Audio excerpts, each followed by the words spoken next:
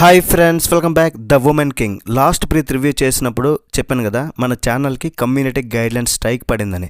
అందుకే 1 week videos చేయలేకపోయాను. అయితే ఈ 1 వీక్లో కొన్ని మూవీస్ అయితే చూసా. కంటిన్యూస్గా రివ్యూస్ వస్తున్నాయి కదా, ఇప్పుడు చూసి వెంటనే ఇచ్చేసినవి అయితే కాదులేండి. ఈ women king movie Amazon prime video, G5 and నెట్ఫ్లిక్స్లో కూడా స్ట్రీమింగ్ అవుతుంది అనుకుంటున్నా. చూడాలి మరి. 2 hours 10 minutes ఉంది. మూవీ అయితే ఫ్యామిలీతో పాటు చూడొచ్చు. కానీ వాళ్ళు ఒక తెగ వాళ్ళు వేసుకున్న బట్టలు కొంచెం ఎక్స్పోజింగ్లు అనిపిస్తాయి, కానీ అక్కడ ఏమి ఉండదు. హ్యాపీగా మీ ఫ్యామిలీతో పాటు చూడొచ్చు. ఎక్కడ ఇబ్బంది పెట్టేలా ఏమీ ఉండదు. ఈ మూవీ కోవిడ్ టైంలో థియేటర్లో రిలీజ్ చేశారు. $50 million పెట్టారు మూవీకి బడ్జెట్. $97 million వసూలు చేసి బాక్స్ ఆఫీస్ వద్ద సక్సెస్ సాధించింది. మరి మూవీ చూశాక నాకు ఎలా అనిపించిందో చెప్తా. అంతకన్నా ముందు వీడియోకి ఒక లైక్ వేసుకోండి. ఇది రియల్గా జరిగిన స్టోరీ అంట. 17 నుండి 19వ శతాబ్దాలలో పశ్చిమ ఆఫ్రికా రాజ్యమైన డహోమీని రక్షించిన ఒక అమ్మాయి. ఆమె పేరు అగోజీ. ఈమె మగధీర సినిమాలో రామ్ చరణ్ టైప్ అనమాట. ఆమె నెక్స్ట్ జనరేషన్ సైనికులకు, ఓన్లీ లేడీస్కి శత్రువులతో పోరాడడానికి శిక్షణ ఇస్తుంది.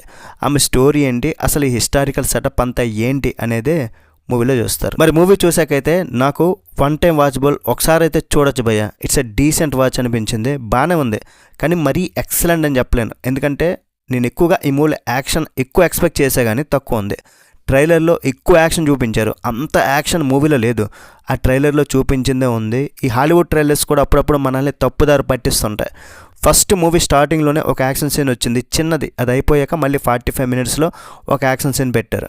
మళ్ళీ ప్రీ క్లైమాక్స్లో మాత్రం ఒక మంచి అదిరిపోయే యాక్షన్ ఎపిసోడ్ వచ్చింది. అది మాత్రం మూవీకి హైలైట్. మళ్ళీ క్లైమాక్స్లో ఒక చిన్న యాక్షన్ సీక్వెన్స్ వచ్చింది.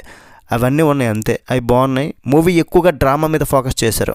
ఒక రాజ్యం రాజుని కాపాడడానికి కొంతమంది సైనికులు, వాళ్ళు కూడా అమ్మాయిలు. ఆ లేడీ సోల్జర్స్కి శిక్షణ ఇవ్వడానికి ఒక జనరల్. హీరోయిన్ వియాలా డేవిస్ గారు, ఆస్కార్ అవార్డు విజేత. ఈమె శిక్షణ ఇవ్వడమే ఎక్కువ ఉంటుంది. సినిమా మొత్తం ట్రైనింగే ఉంటుంది. అండ్ లేడీ సోల్జర్స్లో ఒక అమ్మాయి కొత్తగా జాయిన్ అవుతుంది. ఆ అమ్మాయి మీద ఎక్కువ ఫోకస్ చేశారు. ఆ అమ్మాయి పెళ్ళొద్దనుకుని మరి ఈ లేడీ సోల్జర్స్ గ్యాంగ్లో జాయిన్ అవుతుంది. ఏదైనా సాధించాలి, రాజ్యం కోసం, రాజు కోసం ఏం చేయడానికైనా దేనికైనా సిద్ధపడే ఉంటుంది అనమాట. సెకండ్ హీరోయిన్ అనుకోవచ్చు. ఆమెకి శిక్షణ అయిపోయాక ఫైటింగ్ ఎలాగో ఉంటుంది, యాక్షన్ ఉంటుంది. వేరే వాళ్ళు వీళ్ళ మీద దాడి చేస్తారు, వీళ్ళు ఫైట్ చేస్తారు. ఇదంతా సెకండ్ హాఫ్లో ఉంటుంది. సినిమా మొత్తం సినిమాటోగ్రఫీ చాలా అద్భుతంగా ఉంది, నాకైతే నచ్చింది. వాళ్ళ మర్యాదలు, వాళ్ళు వేసుకునే దుస్తులు చూడడానికైతే బాగున్నాయి. అండ్ ఆ సెటప్ కూడా బాగుంది, నచ్చింది నాకైతే. స్టోరీ బాగుంది. ప్రతి ఒక్కరూ కనెక్ట్ అయ్యే విధంగా లేకపోయినా సరే చాలామందికి నచ్చొచ్చు. అండ్ మూవీలో మంచి యాక్టర్స్ని పెట్టారు, వాళ్ళందరూ కూడా చాలా బాగా చేశారు యాక్టింగ్. బ్యాక్గ్రౌండ్ స్కోర్ కూడా నచ్చింది, మూవీకి ప్లస్ అయింది.